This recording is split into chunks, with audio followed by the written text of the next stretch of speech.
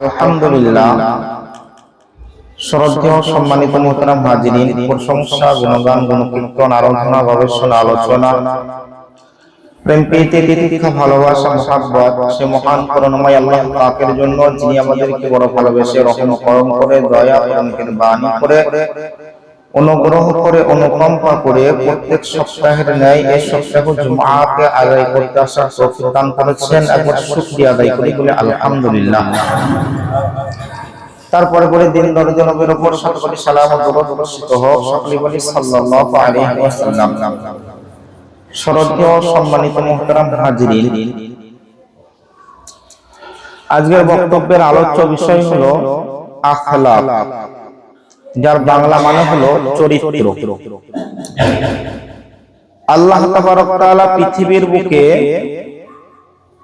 পয়গম্বর পাঠিয়েছেন, রাসূল পাঠিয়েছেন, নবী পাঠিয়েছেন, কিতাব পাঠিয়েছেন, এবং আমাদের নবী মুহাম্মদুর রাসূলুল্লাহ সাল্লাল্লাহু আলাইহি ওয়াসাল্লামকে পাঠানো হয়েছে এবং কোরআন পাঠানো হয়েছে মানুষকে চরিত্রহীন থেকে চরিত্রবান বানানোর জন্য। মানুষকে চরিত্রহীন থেকে চরিত্রবান বানানোর জন্য। আর আল্লাহ তাবারক তাআলা জান্নাতকে সাজিয়েছেন চরিত্রবানদের জন্য, চরিত্রহীনদের জন্য। আমরা মাঝে মাঝে একটা কথা বলে থাকি, কে জান্নাত যাবে, কে জাহান্নামে যাবে আল্লাহ জানে। কথাটা ঠিক না ভুল? অনেকটা ঠিক, আবার অনেকটা ভুল।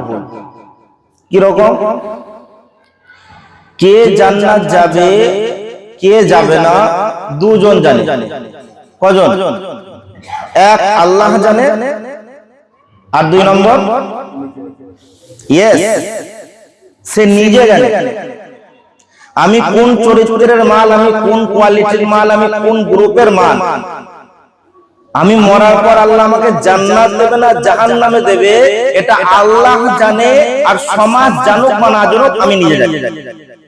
জানি কি জানি না? জি জানি। আল্লাহ তাবারক তাআলা বলেছেন, ওমা আরসালনাকা ইল্লা রাহমাতাল লিল আলামিন। বিশ্ব নবী সাল্লাল্লাহু আলাইহি ওয়াসাল্লামকে তোমাদের জন্য রহমত করে পাঠানো হলো। লাকাদ কানা লাকুম ফি রাসূলিল্লাহি উসওয়াতুন হাসানাহ।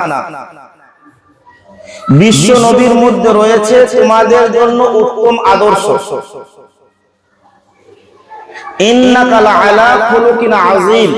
হে নবী, আবু জেহেল কি বলেছে, বেঈমানে কি বলেছে, কাফেরেরা কি বলছে, বেদিনেরা কি বলছে, মুশরিকেরা কি বলছে, মুনাফিকেরা কি বলছে, এতে আপনি মন খারাপ করেন না। আমি আল্লাহ বলছি, ইন্নাকা লাআলা খুলুকিন আযীম। হে নবী, তুমি উত্তম চরিত্রবান। সুবহানাল্লাহ। আল্লাহ সার্টিফিকেট দিয়েছে। আর বিশ্ব নবী বলছেন, বুইসতু লিউতাম্মিমা মাকারিমাল আখলাক। আল্লাহ তাবারক তাআলা আমাকে চরিত্রের মেসেঞ্জার করে পাঠিয়েছেন, চরিত্রের পরশ পাথর করে পাঠিয়েছেন। আঙ্গুর ফল টক, গল্প শুনেছেন? আঙ্গুর টক। একটা ক্ষুধার্ত শিয়াল, খুব খিদে লেগেছে, খাবার পাচ্ছে না। খাবার খুঁজতে খুঁজতে খুঁজতে খুঁজতে একটা আঙ্গুরের বাগানে ঢুকেছে। তো ঢুকি আঙ্গুর খাওয়ার চেষ্টা করছে, অনেকক্ষণ ধরে লাফাচ্ছে, আঙ্গুরটা লাগালে না। অনেকক্ষণ ধরে চেষ্টা, পরিশ্রম, মেহনত করার পর যখন ফেলোয়ার আঙ্গুর যখন আর পেল না, সে এই কথা বলতে বলতে বাগান থেকে বেরিয়ে যাচ্ছে যে আঙ্গুর টক। কি বলছে? আচ্ছা, আঙ্গুর সত্যি টক না পাইনি বলে বলছে টক? তো মানুষের কথা মাঝে মাঝে টক লাগে। মানুষের কথা টক লাগে কখন? যখন কথাটা আমার বিরুদ্ধে যাবে, আমার মন মতো হবে না, আমার মন প্রিয় হবে না, আমার মনকে খুশি করতে পারবে না, তখন মানুষের কথা টক লাগবে। কিন্তু এটাও শুনে রাখেন, টক মাঝে মাঝে টক মানুষের উপকার করে যদি পেট হজম করতে পারে। কথা ঠিক না ভুল? আল্লাহ তাবারক ওয়া তাআলা জান্নাত তাদেরকে দেবে যাদের চরিত্র ভালো, চরিত্রটা যাদের উত্তম তাদেরকে জান্নাত দেবে। চরিত্রহীন মালকে আল্লাহ তাবারক ওয়া তাআলা জান্নাত দেবে না। চারটে বড় বড় বেঈমানের নাম শুনেন, ইবলিস, আবু জাহেল, ফিরাউন, কেনান। এরা জান্নাতে না জাহান্নামে? কথা বলেন। ক্বালা নবী সাল্লাল্লাহু আলাইহি ওয়াসাল্লাম মান তাশাব্বাহা বিকওমিন ফাহুয়া মিনহুম। বিশ্বনবী সাল্লাল্লাহু আলাইহি ওয়াসাল্লাম বলেন, মুসলমান যখন অন্য কোন জাতির সাদৃশ্য অবলম্বন করবে সেই জাতির সাথে তার হাসর হবে। সেই জাতি যেমন জাহান্নামে যাবে এরাও জাহান্নামে যাবে। ঠিক ওই রকম যদি কারো চরিত্র ইবলিসের সাথে মিলে যায়, যদি কারো চরিত্র ফিরাউনের সাথে মিলে যায়, যদি কারো চরিত্র আবু জাহেলের সাথে মিলে যায়, যদি কারো চরিত্র কেনানের সাথে মিলে যায়, আল্লাহ তাবারক ওয়া তাআলা তাকেও তাদের সাথে জাহান্নামে দেবে। বলবেন ইবলিসের চরিত্র কি? আল্লাহ তাবারক ওয়া তাআলা হযরত আদম আলাইহিস সালামকে তৈরি করলেন, মা হাওয়া আলাইহিস সালামকে তৈরি করলেন। তৈরি করার পর দুজনকে জান্নাতে রেখে দিলেন। সুখে ছিলেন, আরামে ছিলেন, শান্তিতে ছিলেন, আয়েশে ছিলেন। সহ্য হলো না কার? কথা বলেন। দুনিয়াতে স্বামী স্ত্রীতে সুখে আছে, ভাই ভাই সুখে আছে, বাপ বেটায় সুখে আছে, ভাই বোন সুখে আছে, চাচা ভাই বোন সুখে আছে, ও দোকান করে সুখে আছে, ও ব্যবসা করে সুখে আছে, ও চাষ করে সুখে আছে। সহ্য করতে পারে না যারা, আর একটা ইবলিস হলো তারা। এবার আমি নিজের জন্য মূল্যায়ন করে দেখি, মিলিয়ে দেখিনি ওই চরিত্র আমার মধ্যে আছে। অন্যের সুখ সহ্য করতে পারে না যারা, আর একটা ইবলিস হলো তারা। আল্লাহ তাবারক ওয়া তাআলা ইবলিসকে জান্নাত দেবে না, দেবে না, দেবে না। আর ইবলিসের জন্য দোয়া করলেও দোয়া আল্লাহ কবুল করবেন। ইবলিসের চরিত্র আল্লাহ তাবারক ওয়া তাআলা হযরত আদম আলাইহিস সালামকে সৃষ্টি করলেন। সৃষ্টি করার পর ওয়াইজ কুলনা লিল মালাইকাতি ইসজুদু লি আদম ফাসাজাদু ইল্লা ইবলিস, সবাইকে বলল তোমরা সিজদা করো। সকলে সিজদা করলো, একজন করল না, নাম কি? ইবলিস। এই যে ইবলিস সিজদা করলো না, ও আল্লাহর ইচ্ছায় করলো না, না নিজের ইচ্ছায় করলো না? নিজের ইচ্ছায় করলো না, নিজের ইচ্ছায় চললো। নিজের ইচ্ছায় চলে যারা, আর একটা ইবলিস হলো তারা। ওটা ইবলিসের চরিত্র। ইচ্ছা হলে নামাজ পড়বো না হলে পড়বো না, ইচ্ছা হলে জুমা পড়বো না হলে পড়বো না, ইচ্ছা হলে রোজা রাখবো না হলে রাখবো না, ইচ্ছা হলে হজ করবো না হলে করবো না, ইচ্ছা হলে যাকাত দেবো না হলে দেবো না, ইচ্ছা হলে দান করবো না হলে করবো না, ইচ্ছা হলে দাড়ি রাখবো না হলে রাখবো না, ইচ্ছা হলে জুমা পড়তে যাবো না হলে যাবো না, ইচ্ছা হলে ছেলেকে দিনদার বানাবো না হলে বানাবো না, ইচ্ছা হলে সুদ ছাড়বো না হলে ছাড়বো না, ইচ্ছা হলে বোতল খাবো না হলে ছাড়বো না। নিজের ইচ্ছায় চলে যারা, রবের ইচ্ছায় চলে না যারা, আর একটা ইবলিস হলো তারা। ওটা ইবলিসের চরিত্র। আর ইবলিসকে আল্লাহ তাবারক ওয়া তাআলা জান্নাত, কথা বলেন না, দেবে না। ওর জন্য দোয়া করলে আল্লাহ কবুল করবে। ইবলিস একবার হযরত মুসা আলাইহিস সালামকে বলছে, নবী মুসা, কতদিন আর এই পাপিষ্ট ইবলিস হয়ে থাকবো? শয়তান হয়ে আর কতদিন থাকবো? আর ভালো লাগছে না। এই পাপিষ্ট জিন্দেগি, জাহান্নামী জিন্দেগি, লানতের জিন্দেগি, অভিশপ্ত জিন্দেগি আর ভালো লাগছে না। আমি তওবা করতে চাই। মুসা কি বলছে? কে তওবা করতে চায়? ইবলিস তওবা করতে চায়। তো হযরত মুসা আলাইহিস সালামকে বলছেন, আল্লাহকে একটু বলুন কোন রাস্তা আছে কিনা, কোন উপায় আছে কিনা। হযরত মুসা আলাইহিস সালাম আল্লাহকে বলছে, আল্লাহ, ইবলিস যে তওবা করতে চাইছে। তো আল্লাহ তাবারক ওয়া তাআলা বলছে, ইবলিস তওবা করবে না রে, ইবলিস ও তওবা করবে না। তবুও যেখানে ও রাস্তা চেয়েছে, উপায় চেয়েছে, পথ চেয়েছে, তোকে একটা সুযোগ দেওয়া হোক। তো ইবলিসকে গিয়ে বলবি, হযরত আদম আলাইহিস সালামকে সিজদা করে নাই। হযরত আদম আলাইহিস সালামকে সিজদা করে নাই। আদম আলাইহিস সালাম মারা গেছে, ওর কবরে গিয়ে একটা সিজদা করতে। আমি আল্লাহ ইবলিসকে ক্ষমা করে দেব। হযরত মুসা আলাইহিস সালাম আসলেন। আসার পর ইবলিসকে বলছে, যে আল্লাহ বলেছে তুই যদি একবার হযরত আদমের কবরে সিজদা করিস, আল্লাহ তোকে ক্ষমা করে দেবে। ইবলিস তো খুব খুশি, খুব আনন্দ। আল্লাহ ক্ষমা করে দেবে, আমি আর শয়তান থাকবো না, আমি আর জাহান্নামী থাকবো না, আমি আর অভিশপ্ত থাকবো না। ও আনন্দ চিত্তে হযরত আদম আলাইহিস সালামের কবরের কাছে যাচ্ছে। অনেকক্ষণ ধরে দাঁড়িয়ে আছে, অনেকক্ষণ ধরে দাঁড়িয়ে আছে। দিয়ে মাথা চুলকাতে চুলকাতে বলছে, বেটা আদম, তুই বেঁচে থাকতে তোকে সিজদা করি নাই, আর তুই মরে গেছিস, এখন আমি তোকে সিজদা করব? এটা কার চরিত্র? আর জোরে বলেন, ইবলিসের চরিত্র। নামাজের বয়ান শোনার পর মনে মনে হচ্ছে আজ থেকে নামাজ পড়ব, বাপ মায়ের বয়ান শোনার পর মনে মনে হচ্ছে আজ থেকে বাপ মায়ের খেদমত করব, আর যাদের মারা গেছে আজ থেকে বাপ মায়ের কবর জিয়ারত করব। যখনই বাড়ি গেছে আর মনে মনে এটা হচ্ছে, এতদিন নামাজ পড়ি নাই, আজ থেকে নামাজ পড়ব, এতদিন বাপ মায়ের খেদমত করি নাই, আর আজ থেকে খেদমত করব, এতদিন বাপ মায়ের কবর জিয়ারত করি নাই, আর আজ কি করব? বলেছে বলি করতে হবে। কার চরিত্র? ইবলিসকে আল্লাহ তাবারক ওয়া তাআলা কোনদিন জান্নাত দেবে না, দেবে না, দেবে না। আর ইসালে সওয়াব করার জন্য যদি দোয়া করা হয়, দোয়া আল্লাহ কবুল করবে। আল্লাহ তাবারক ওয়া তাআলা আমাদের ইবলিসের চরিত্র থেকে হেফাজত করেন বলে আল্লাহুম্মা আমিন। দ্বিতীয় নম্বর ফিরাউন। ফিরাউন আল্লাহকে মানতো কি মানতো না? বলছে মানতো না।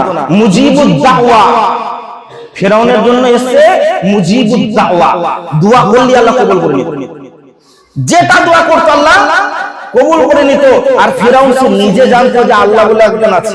সে হয়তো মুখে বলেছিল হানানের কারণে, আনা রাব্বুকুমুল আ'লা, আমি তোমাদের বড় খোদা, এই কথাটা সে বলেছিল, কিন্তু সে নিজে জানতো উপরওয়ালা একজন আছে।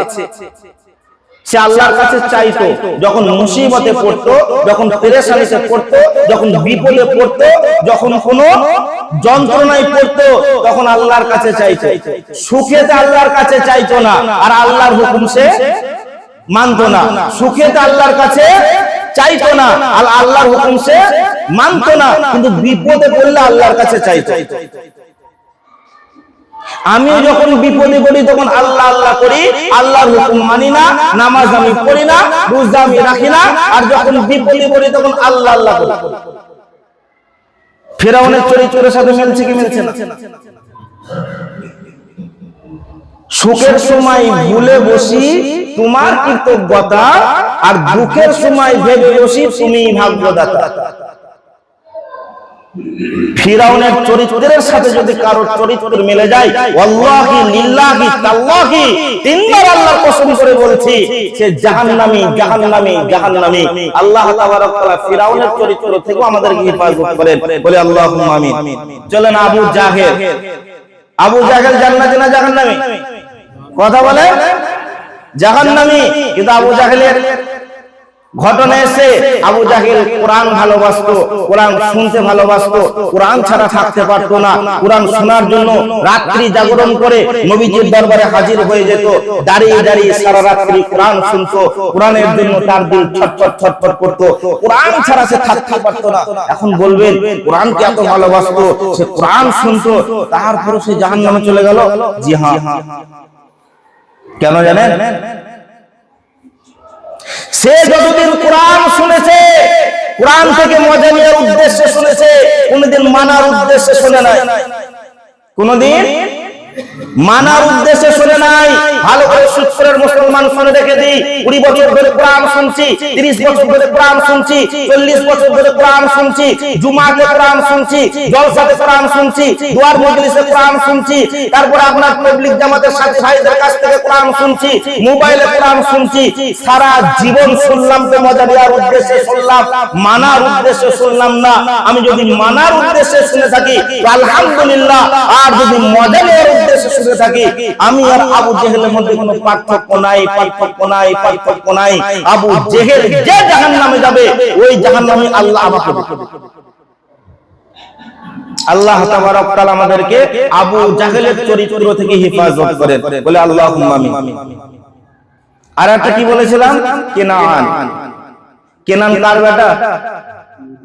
নবীর বেটা। কার বেটা? নবীর বেটা। অনেক ছেলে বাপকে ঠেট দেয়, গরম দেখায়, আর জ্ঞান দেখায়।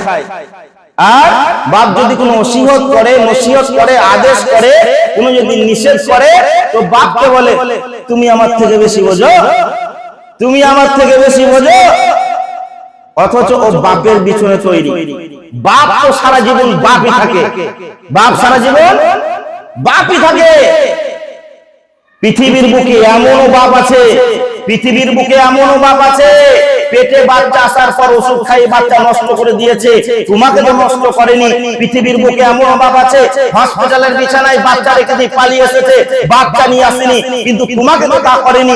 পৃথিবীর বুকে এমনও বাপ আছে যে নিজের সন্তান জন্মের পর জঙ্গলে ফেলে দিয়েছে, বাঘে খেয়ে নিয়েছে, কুত্তায় খেয়ে নিয়েছে, শৃগালে খেয়ে নিয়েছে, তোমাকে তা করেনি।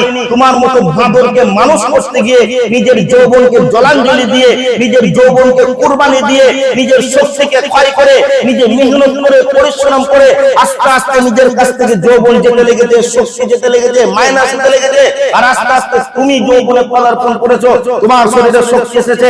আর বাপ যখন কোন পরামর্শ দিচ্ছে, মাসওয়ালা দিচ্ছে, আর বেটা বলেছে তুমি আমার থেকে বেশি বোঝো, বাপের থেকে জ্ঞানী হয়ে গেল। বাপ সারা জীবন বাপই থাকে, সারা জীবনটা তোমার বাপ যদি পায়খানা করে আর তুমি তোমার জিন্দেগি যদি ওই পায়খানা সারা জিন্দেগি টেনে টেনে পরিষ্কার করো, তবু বাপের ঋণ শোধ হবে না। এই কথাটা কেনান বলেছিল হযরত নূহ আলাইহিস সালাম। উনি যখন বলছে বেটা রে কলমা পড়, নৌকায় চড়, কেনান বলছে বাপ তুমি আমার থেকে বেশি বোঝো, তুমি আমার থেকে বেশি বোঝো। তা নিজের বাপকে যারা জ্ঞান দেখায়, যারা পণ্ডিত দেখায়, যারা বেশি বেশি বলে, তারা আর একটা কেনান হলো। আল্লাহ তাবারক তাআলা কেনানের চরিত্র থেকে আমাদেরকে হেফাজত করেন, বলে আল্লাহুম্মা আমিন। এটাই তো জুম্মার বয়ান, নিজের চরিত্র চেঞ্জ করো। এর জন্যই কোরআন, নিজের চরিত্র চেঞ্জ করো। এর জন্যই তো আপনার জলসা জুলুস, নিজের চরিত্র চেঞ্জ করো। আল্লাহ তাবারক তাআলা আমাদেরকে পরিপূর্ণ মুমিন হওয়ার, ঈমানদার হওয়ার তৌফিক দান করেন, বলে আল্লাহুম্মা আমিন। ওয়া আখিরু দা'ওয়ানা আলহামদুলিল্লাহি রাব্বিল আলামিন। আসসালামু আলাইকুম ওয়া রাহমাতুল্লাহি ওয়া বারাকাতুহু।